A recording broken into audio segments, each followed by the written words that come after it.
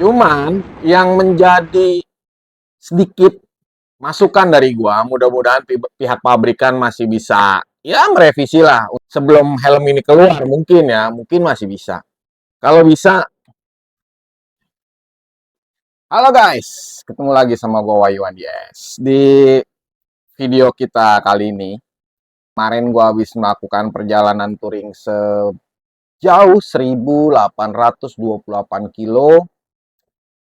Gue main 360 dari Pantura ke selatan, tapi hanya sebatas sampai Jawa Tengah, dan menggunakan helm yang sebentar lagi mungkin akan viral ya. Karena perjalanan ini gue hanya ngetes innernya ya. Kalau ngetes helmnya ada lah, tapi memang officialnya memang belum belum resmi banget untuk dipublikasikan. Jadi memang nanti setelah resmi dirilis dari pabrikannya, baru akan video itu akan gue keluarkan.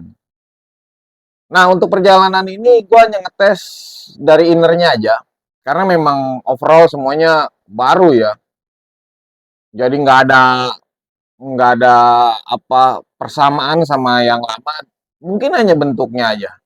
Nah, pada perjalanan ini gue ngetes kenyamanannya, kualitas kainnya, kualitas perubahannya tuh sejauh mana sih perubahannya ya. Oke, jadi memang perbedaannya juga lumayan signifikan ya dari versi sebelumnya sama versi yang sekarang. Kenapa gua nggak tes banyak, mungkin pasti yang akan nanya, kenapa bang, kok nggak helmnya langsung aja lu tes? Sebenarnya tanpa dites sendiri, kita megang bobotnya aja juga udah sangat jauh berbeda dari versi sebelumnya. Maka itu udah bisa kita tebak lah.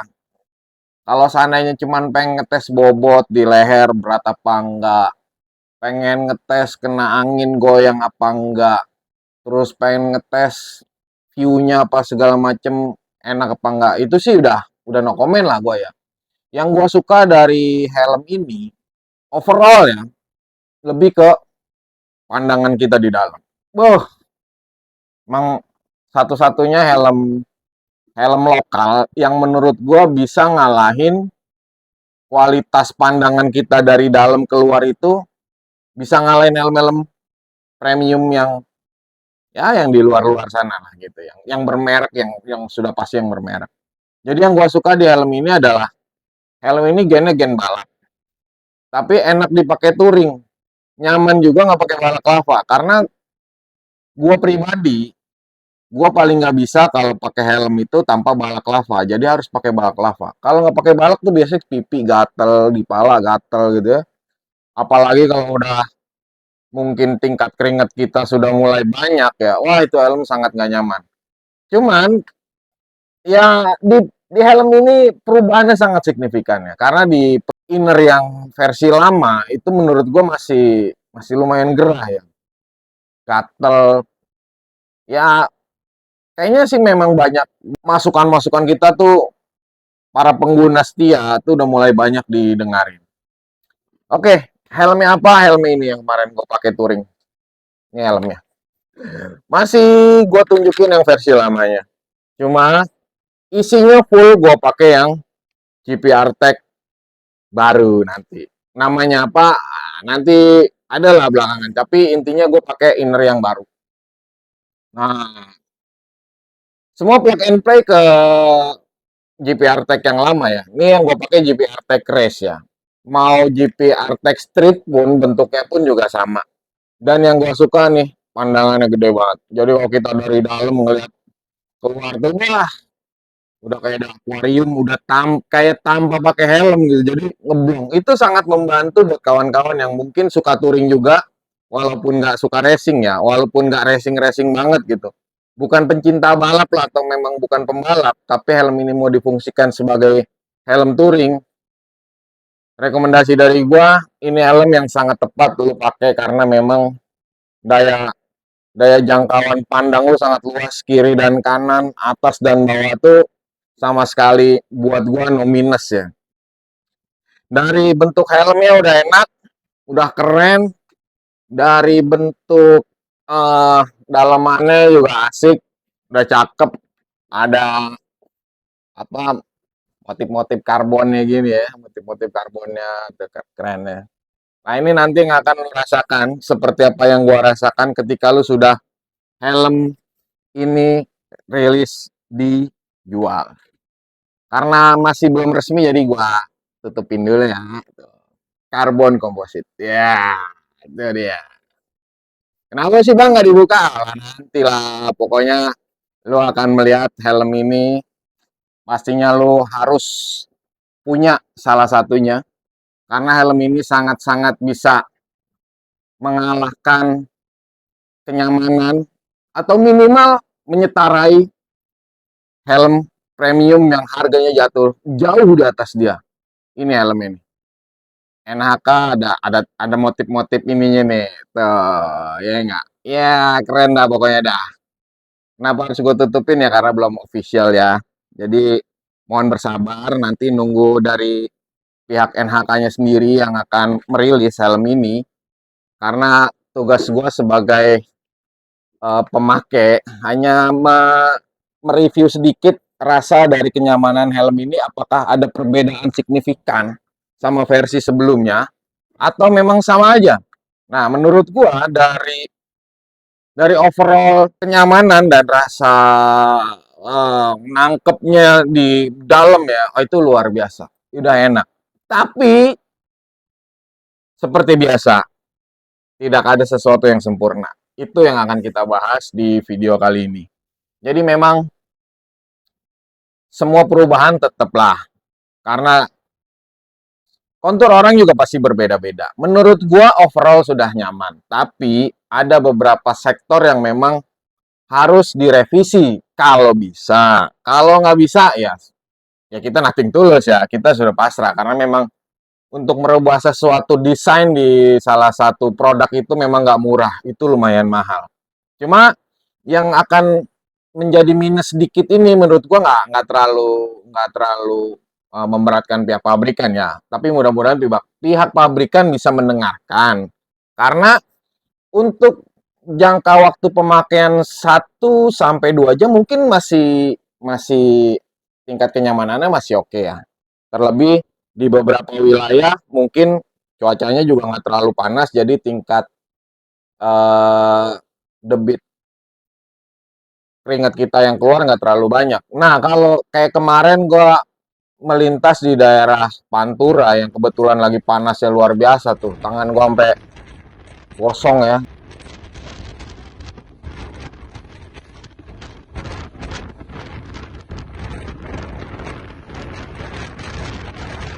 Pantura yang kebetulan lagi panasnya luar biasa tuh, tangan gue sampai gosong ya, walaupun kita udah pakai glove ya. Cuman glove-nya ada kebukanya sedikit di sini. Nah, tuh nih hitam semua. Itu panasnya luar biasa, jadi memang tingkat keringat kita yang keluar itu juga lumayan banyak. Walaupun sudah ditambah dengan ventilasi udah kita buka ya, keringat nggak akan bohong. Ketika helm ini sudah mulai basah dengan keringat kita, density busa atau kekenyalan busa itu akan menurun kualitasnya. Apalagi kita pakai dalam tempo waktu lebih dari 3 jam. Untuk kenyamanan yang gua rasakan, rasa gatel di kepala gua, di pipi gua, nol. Ini udah oke, udah keren, udah cakep. Untuk godek, untuk megang ya di kepala ya, supaya palanya kita kehempas angin gak godek, itu udah cakep, udah keren. Cuman yang menjadi sedikit masukan dari gua, mudah-mudahan pihak pabrikan masih bisa ya merevisi lah untuk next ya, untuk next sebelum helm ini keluar mungkin masih bisa. Kalau bisa kayak kancing-kancing seperti ini itu kalau bisa lebih dimendemin ya. Lebih mendem jadi helm itu slim ya. Nah, karena kalau kita pegang begini, apalagi kalau udah ketekan di kepala ya, posisinya di sini nih, helm sudah basah kena keringat, mau nggak mau kan density busanya atau kekenyalan busanya sudah mulai menurun ya. Mau nggak mau nih, tonjolan-tonjolan seperti ini sangat-sangat berasa nih di pipi. Itu lumayan tuh, neken tuh. Apalagi kalau memang kita kan nggak mungkin pakai size helm yang lu pakai size di atasnya atau lu pakai size di bawahnya, udah pasti kan nggak nyaman. Kita nyari kenyamanan dan nyari keamanan yaitu dengan helm sesuai dengan size kita. Nah ini yang gua rasakan kemarin adalah sakitnya dari kancing ini yang lumayan neken di sini nih. Mudah-mudahan di next produknya gitu, kancing-kancing seperti ini kalau bisa dibikin slim ya, atau dibikin mendem lah minimal. Jadi nggak ada tekenan kayak gini nih. Ini neken, memang masuk ya ke dalam bagian kancingan yang di sini ya. Tapi itu lumayan, karena kancingnya ini kan ketebalannya juga udah lumayan ya. Kalau kayak di helm-helm touring import ya, bukan gua membandingkan, bukan. Helm-helm touring import biasanya memang yang ada kancing di daerah sini. Sini ada kancing, sini ada kancing tengah ya. Dia bukan di tengah sini, tapi dia bukan di atas sini, tapi di tengah sini nih. Jadi posisinya pas di pipi. Itu lumayan sangat mengurangi rasa sakit ya. Mungkin kalau yang memang helmnya lumayan ngefit banget di pipi. Nah ini di sini nih di atas lumayan kena di sini, yang di sini lumayan kena di sini. Nah kalau di helm import luar ya kebanyakan ya, posisi sini tuh nggak dikancingin, tapi lebih banyak pakai antara slip atau pakai velcro. Jadi benar-benar ini sangat-sangat slim, nggak ada tonjolan di sini. Ya sedikit masukan aja dari gua. Tapi untuk overall dari helm ini udah sangat oke lah. Udah sangat nyaman, baik di crown pad, baik di cheek pad ataupun di crown pad. Crown padnya juga udah oke, cuma karena memang yang gua pakai ini khusus untuk size gua ya, gua merasa nyaman gitu. Beda mungkin kalau kita pakai size-nya lebih global ya. Kalau ini kan gue lebih ke ngukur ya. Ini kepala gue ukurannya sekian, crown pad pakainya ukuran yang sekian. Jadi terasa nyaman. Memang dari ketebalan busa untuk crown pad, menurut gua density-nya lumayan keras. Kalau yang nggak suka helm terlalu padat kayaknya ya memang kurang nyaman ya. Tapi menurut gua lebih suka helm yang racing fit. Jadi gua suka-suka aja dengan kondisi seperti ini. Terlebih memang helm ini lumayan padat. Tinggal nanti direvisi yang ya mungkin kekenyalan busanya aja nanti yang diatur ya. Karena kalau kekenyalan busa di atas terlalu padat juga kurang enak.